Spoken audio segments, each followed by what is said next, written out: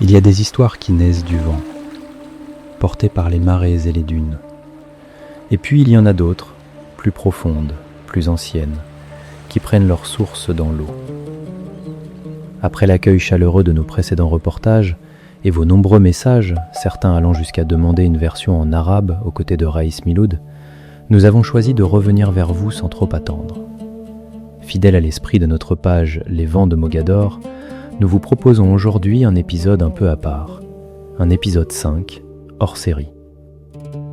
Dans cette nouvelle immersion des rochers de Mogador, nous suivons un fil invisible, mais essentiel, celui de l'eau potable. Car ici, l'eau n'a jamais été un simple élément naturel. Elle a été enjeu, survie, mémoire, et parfois même mystère.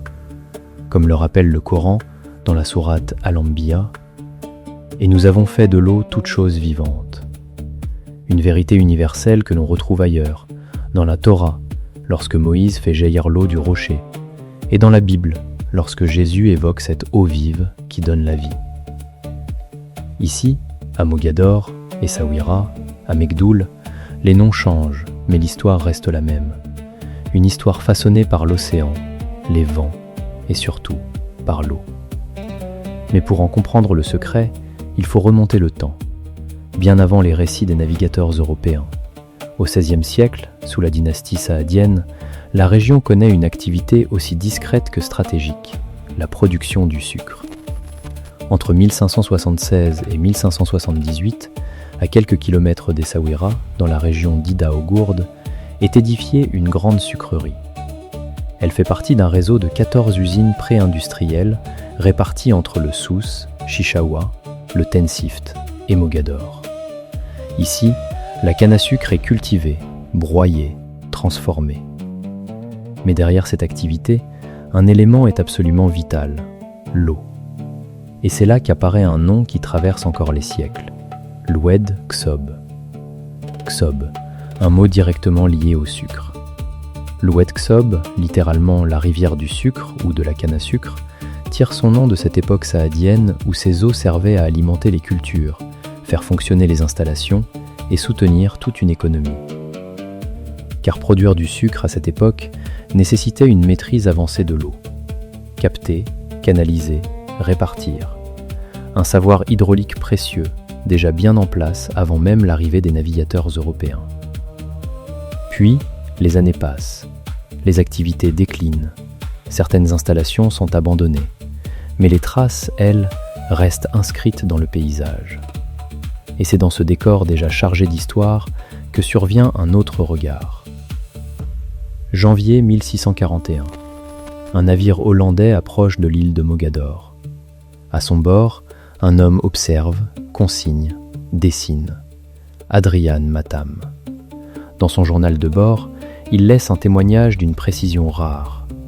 Il décrit le Castello Real, la Casbah, mais surtout une réalité beaucoup plus rude, la question de l'eau. Avant de reprendre la route vers Santa Cruz, l'actuel Agadir, les marins doivent absolument se ravitailler. Ici, l'eau douce ne se donne pas, elle se négocie. Et Matam écrit « Pour parcourir cette île aux pigeons, l'île de Mogador, dans sa largeur, elle ne dépasse pas 10 fois la longueur de notre vaisseau, mais elle est très élevée et dépourvue d'eau fraîche. On ne trouve que de l'eau de pluie entre les rochers, en très petite quantité. Pour se procurer de l'eau, il fallait marchander avec le caïd. Chaque tonneau coûtait environ un écu de Hollande. Les hommes chargés d'apporter l'eau à bord ont chaviré à 2 reprises. Quelques lignes, mais un monde entier s'y dévoile. Un Mogador dur, stratégique, où l'eau devient une richesse rare.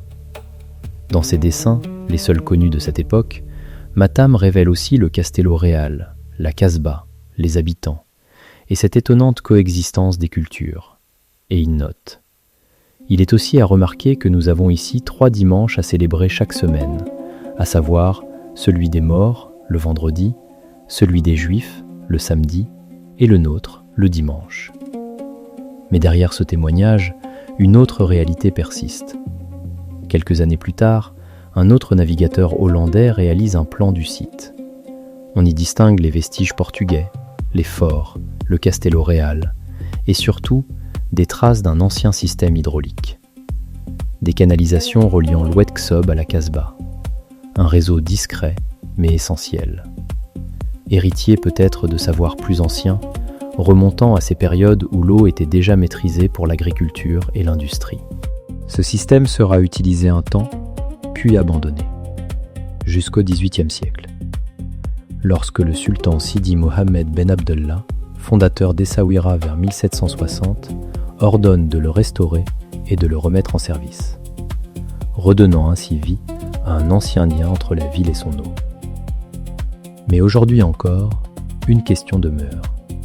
Ce réseau, ces vestiges, sont-ils seulement les traces d'un passé ou les fragments d'un secret plus ancien? Au bord de la carrière de Beni Antar, aux côtés de Raïs Miloud, le passé refait surface. Un arrêt, un silence, puis un geste.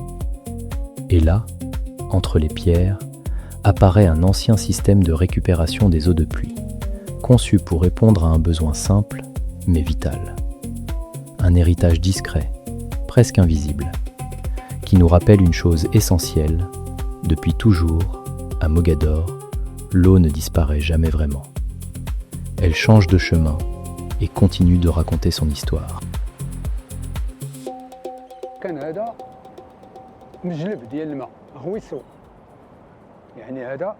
À cet endroit, autrefois, il y avait un récupérateur d'eau de pluie. L'eau qui tombait sur ce mur suivait ensuite ce tracé taillé dans la pierre, réalisé à l'époque. Regarde bien ce chemin, suis-moi, tu vois, il continue par ici.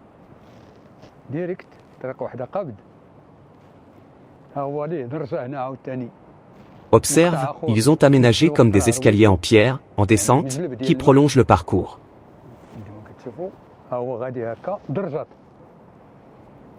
Voilà, encore un autre escalier. Là, en face, c'est l'une des protections construites par la tribu des Aïd Beni Antar. Elle servait à protéger la muraille de la Scala.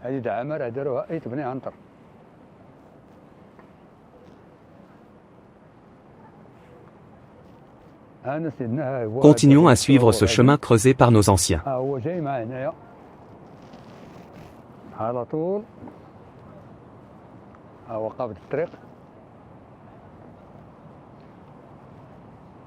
Ici, il tourne de ce côté-là. Pourquoi? Regarde bien, il mène vers cet énorme trou taillé dans la roche, destiné à récupérer l'eau de pluie. Le voilà, ce trou. À l'époque, il était beaucoup plus grand et profond, mais aujourd'hui il est en partie comblé par le sable et les débris de pierre. C'est par ici que l'eau s'écoulait, et on peut encore voir des traces d'un système qui permettait de retenir l'eau. Lorsque ce réservoir se remplissait, les habitants venaient de l'autre côté avec leurs animaux pour puiser de l'eau et les abreuver. Certains en profitaient aussi pour laver leur linge avec cette eau douce, car il leur était impossible d'utiliser l'eau salée de la mer. Tu vois comme ce trou a été soigneusement taillé, spécialement pour recueillir l'eau de pluie. Peu de gens connaissent cette histoire, c'est une trace historique oubliée. Au début du XXe siècle, un historien marocain entreprend une mission qui allait devenir l'un des fondements de la mémoire des Essaouira. Le frih Mohammed Ben Saïd As-Siddiqui, chercheur passionné, commence dès 1930 à explorer l'ancienne bibliothèque des Habous, située au cœur de la mosquée de la Casbah. Il y découvre des manuscrits rares, des documents fragiles, des traces précieuses de la fondation de la ville. Aujourd'hui, près de 80% de ces ouvrages originaux ont disparu, détruits par le temps et l'absence de conservation. De ce travail acharné naît un livre essentiel, Éveiller la conscience pour l'histoire des Essaouira, un ouvrage qui ravive la mémoire profonde de la cité.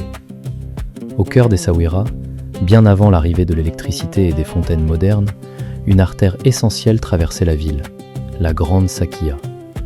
Un canal d'eau, simple en apparence, mais vital. La veine qui faisait battre Mogador. Longtemps abandonnée, cette Sakia renaît grâce à la vision du sultan Sidi Mohammed Ben Abdallah. Il confie à l'ingénieur Al-Hajj Mohammed As-Souairi une mission presque sacrée, redonner vie à l'ancienne Sakia portugaise. Et il y parvient.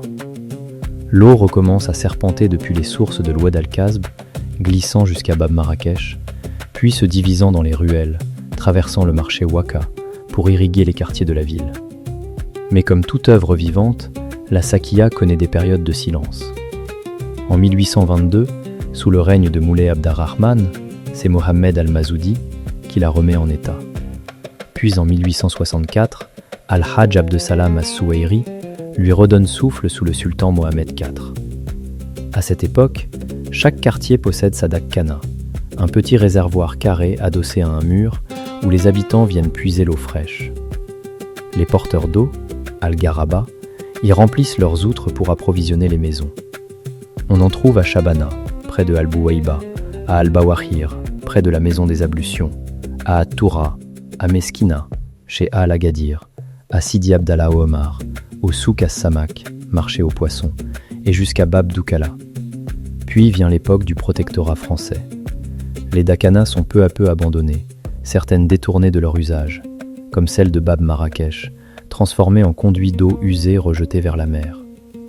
Dans les années 1980, elles disparaissent presque toutes, remplacées par les swaridj, des bornes fontaines modernes où chaque quartier contrôle son eau grâce à un simple robinet, le CAC.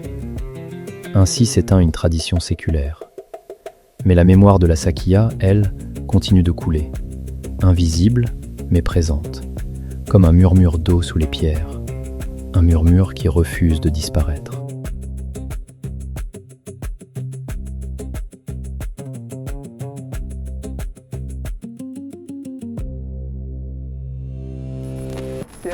Chers amis, chers pêcheurs, enfants d'Essaouira,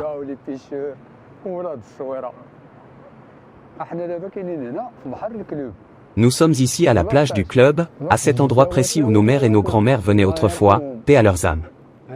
C'était leur lieu à elles. Elles en profitaient pleinement à l'époque. D'abord, lorsque la marée était haute et que les vagues devenaient puissantes, elles venaient ici ramasser des moules, appelés en berbère tigri, arrachés aux rochers par la force de la mer.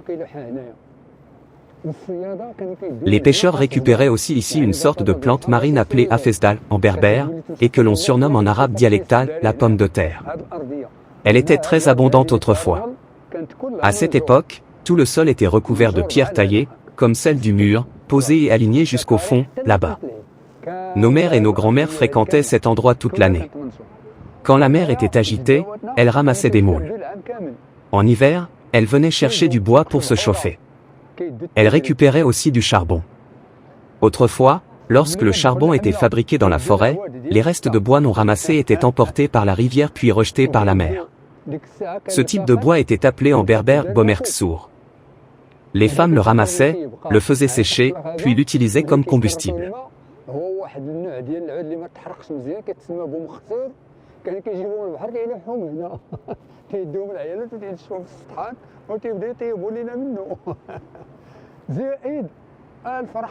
Et le moment le plus particulier, c'était juste après l'Aïd el-Kébir, la fête du sacrifice.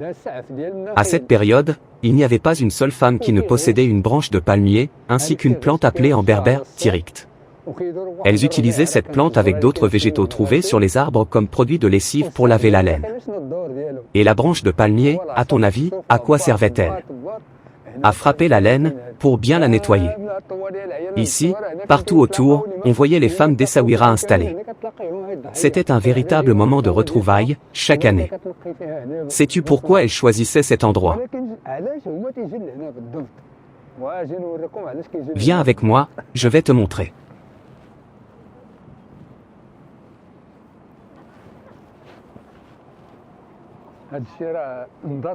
Cette habitude a aujourd'hui disparu.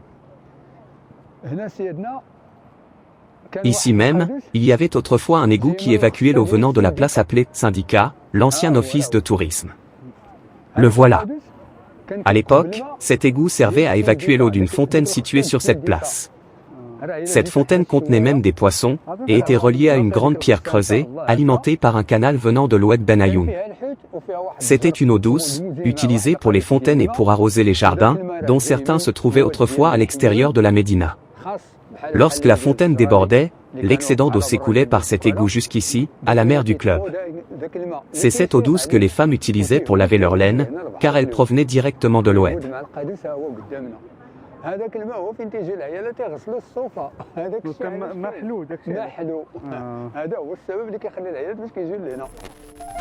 Et ainsi, notre histoire touche doucement à sa fin. Elle s'achève avec ces souvenirs précieux que Raïs Miloud nous a confiés. Des images d'un autre temps, celles de nos grands-mères, réunies sur cette plage du club lors des jours de fête de l'Aïd el-Adha.